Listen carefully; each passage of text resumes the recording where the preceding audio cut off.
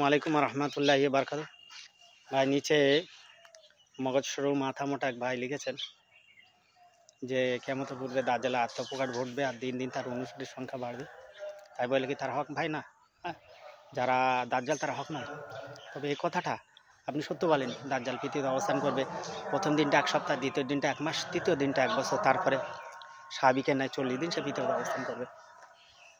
তো বিশেষ করে আপনি দাজ্জালদের সঙ্গে তুলনা করেছেন যারা কোরআন হাদিস মানে, অর্থাৎ আহলে হাদিসদের। আপনি কতটা ভুল, আপনি কতটা বেদাতি মোশেক, আপনি পীর পূজারি মাজার পূজারি, এখানেই প্রমাণ হয়ে যাবে। আসুন কোরআন থেকে জেনে নেই যে যারা কোরআন হাদিস মানে, অর্থাৎ আহলে হাদিস যারা, তারা সঠিক কিনা।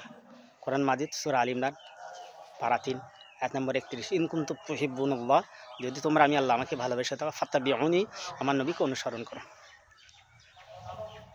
ইন কুনতুম তুহিব্বুনাল্লাহ ফাত্তাবিউনি ইউহিব্বুকুমুল্লাহ, তাহলে আমি আল্লাহ আমি তোমাদের ভালোবাসবো। ওয়াগফির লাকুম যুনুবাকুম আল্লাহু গফুরুর রহিম, আর আমি তোমাদের ছোট বড় সকল গুনাহ ক্ষমা করে দেবো। যারা কোরআন হাদিস মানে, তারা হতে পারে আহলে হাদিস, সালাফি, ওয়াহাবি বা মাযহাবি। কোরআন হাদিস যারা ফলো করে, রাসূল সাল্লাল্লাহু যারা ফলো করে, কোরআন হাদিস মানে চলে যারা, তারাই সত্যবাদের প্রতীক, তাদের আল্লাহ ছোট বড় গুনাহ মাফ করে দেবে। তবে আপনাকে না, আপনি পীর পূজারি মাজার পীর, আপনি মুশরিক, আপনি ভ্রান্ত পথের প্রতীক। আসুন হাদিস থেকে জেনে নেই। সহিহ মুসলিম হাদিস নম্বর 1718, আয়েশা সিদ্দিকা রাদিয়াল্লাহু আনহা থেকে বর্ণিত। তিনি বর্ণনা করেন, রাসূল সাল্লাল্লাহু আলাইহি বলেছেন যে কাজটা তুমি করছো তাতে যদি আমি এগ্রি নই, অর্থাৎ রাসূল সাল্লাল্লাহু আলাইহি হাদিস না থাকে, রাসূল বলে সেটা বেদাত। অবশ্যই কোরআন হাদিস যারা মানে তারাই সত্যপথের প্রতীক। আসুন জেনে নেই। ইমাম শাফি রহমাতুল্লাহ বলেছে, যদি মুক্তিপ্রাপ্ত দল আহলে হাদিস রা না হয়, অর্থাৎ কোরআন হাদিস মান্যওয়ালা আহলে হাদিসরা না হয়, তাহলে আমি জানি না তারা কারা। ইমাম শাফি রহমাতুল্লাহ 7.5 লক্ষ হাদিস জানতেন মুখস্থ। ইমাম আহমদ ইবনে হাম্বল রহমান 10 লক্ষ হাদিস মুখস্থ, হাফেজ ছিলেন হাদিসের। তাদেরকে আহলে হাদিস সালাফি বলে গালি দেওয়া হতো। অবশ্যই ভাই, আহলে হাদিস সালাফিদের ঘরে জমনা না, আহলে হাদিস হওয়া যায় না। কোরআন হাদিস মেনে, কোরআন হাদিস হিফজ করে, হাদিস হিফজ করে সে অনুযায়ী চলে, তারপরে আহলে হাদিস হতে হয়। আর মাযহাবি হানাফির ঘরে জন্মালে হানাফি হওয়া যায় ভাই। বর্তমানে এই মাযহাবটা আপনারা শিরক কুফর আর বেদাত দিয়ে ভরিয়ে দিয়েছেন। হানাফি মাযহাব ভালো ছিল, কিন্তু আপনারা ভরিয়ে দিচ্ছেন শিরক কুফর বেদাত আর তাবিজ বেছে বেছে, কোরআন হাদিস বহির্ভূত। আপনি একদম ইউ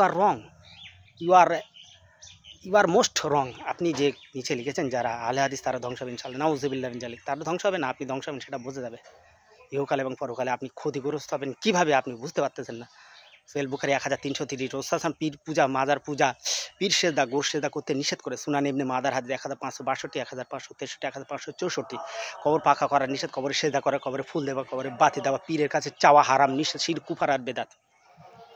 সিয়াসি তাহাদিস কোরআন থেকে দলিল দেবো, আপনি পীর পূজারি মাজার পূজারি, আপনি মুশরিক, আপনি বেদাতি, আপনি গোমরাহি। রাসূল বলেছেন যারা বেদাত করে তারা জাহান্নামী। আপনি তাদেরকে জাহান্নামী বলছে, জাহান্নামী আপনি হবেন, কারণ আপনি কোরআন হাদিস বহির্ভূত আমল করে চলেন, আপনি মানব সেজদা করেন, আপনি শিরক করেন। আপনার বাড়িতে পীরের রওজার ছবি আছে, আপনি সেখানে সকাল সন্ধ্যে ধূপ দেন, আপনি মুশরিক। কোরআন হাদিসের বাইরে চলে আপনি মাঝাবি করে খুব ভালো দেখা যায়, 56 ইঞ্চি ছাতি চুপসে যাবে। কোরআন হাদিস অনুযায়ী যারা চলে অবশ্যই তারা সত্যপথের প্রতীক। সৈয়দ আব্দুল কাদের জিলানী কি বলেছেন, বেদাতিরা আহলে হাদিস সালাফি যারা কোরআন হাদিস মানেওয়ালা তাদেরকে গালি দেবে। ইমাম শাফি রহমাতুল্লাহ বলেছেন যে বেদাতিরা গালি দেবে আহলে হাদিসদের যারা কোরআন হাদিস মানে।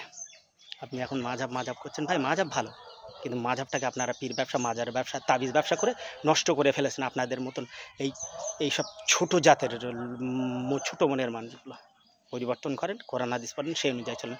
আল্লাহ রসুলকে কোরআন হাদিস যা লেখা আছে সেটুকুই, বাড়াবাড়ি নয়, ছাড়াতাড়ি নয়। কোরআন হাদিসে সব আছে, বাইরে যাওয়া লাগবে না, বেদাতের আশ্রয় হওয়া লাগবে না।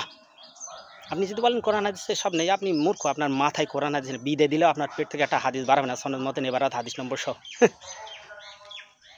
যত সব উল্টো পাল্টা দিকে চলে শিরক কুফর বেদাত করে, উনি নাকি আবার চুন্নি আহলে হাদিস।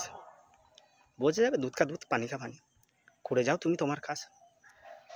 যখন বাম হাতে পিছন থেকে আমল নামা পাও, তখনই বুঝতে পারবা আহলে হাদিস সালাফিরা তারা সত্যপথের প্রতীক না তুমি পীর পূজারি, মাজার পূজারি, গোর পূজারি, তুমি সত্যপথের প্রতীক।